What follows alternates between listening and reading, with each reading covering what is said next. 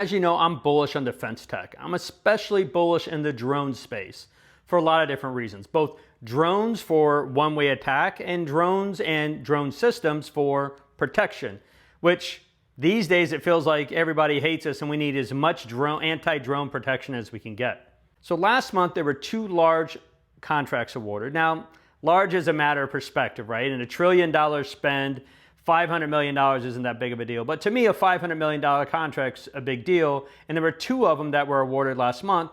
And let's talk about who the companies are, what they're doing, and why I think this makes a ton of sense, both today and the direction that the Department of War, Defense, whatever you want to call them, is taking on protecting America.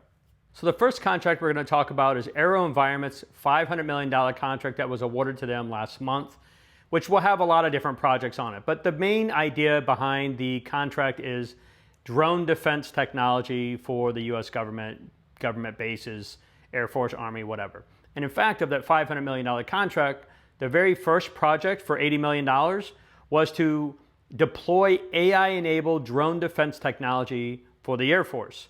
So as you know, it feels like every country is using drones these days, and we have a lot of bases that are probably not as protected as they should be. So this makes a ton of sense to have kind of anti-drone technology at even some remote bases around the world.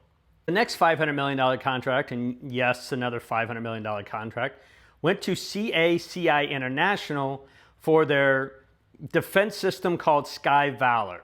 And here's what Sky Valor actually does. So the thing about Sky Valor is they're one of many layers of drone defense systems that the government is building both for domestic and international properties and assets like bases and so forth like that. This particular contract is around non-kinetic drone jamming devices. So there's a lot of different defense techs out there. There'll be drone interceptors, right, that will fire a projectile, intersect a drone.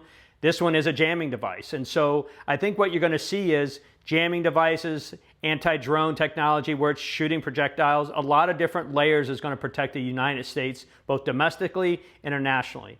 I'm a big believer in defense tech. I see the future going that way, especially with AI. And maybe someday Anduril will go public so I can spend months talking about how great that company is going to be. But more defense tech coming, so stay tuned.